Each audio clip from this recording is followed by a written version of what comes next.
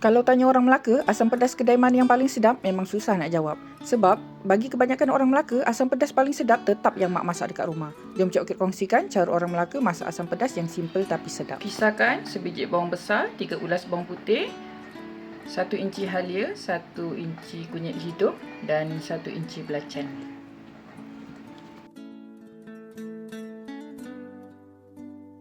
Sementara tu boleh panaskan minyak. Bila minyak dah panas, tumiskan sedikit halba, masukkan sebatang serai dan masukkan bahan kisar tadi. Tumis semua bahan ni sampai naik bau.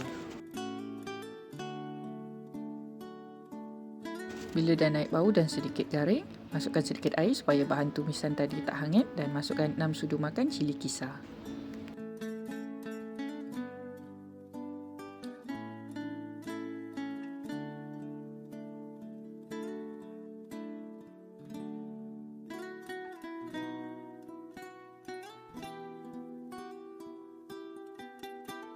Tumis semua bahan ni sampai betul-betul garing dan terbit minyak.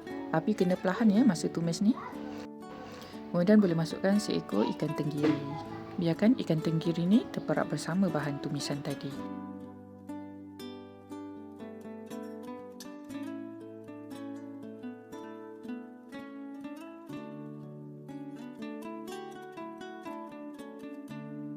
Kemudian boleh masukkan air asam jawa.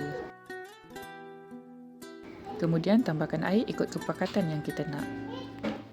Kemudian masukkan garam, gula, cukup rasa ataupun ajinomoto. Biarkan kuah ni masak sampai mendidih. Kemudian masukkan sayur kegemaran. Cik Okey masukkan terung. Kalau nak masukkan bendi ke, sawi jeruk ke, peria ke, terpulang pada selera masing-masing.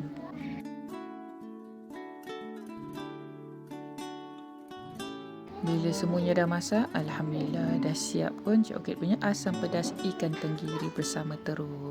Selamat mencuba.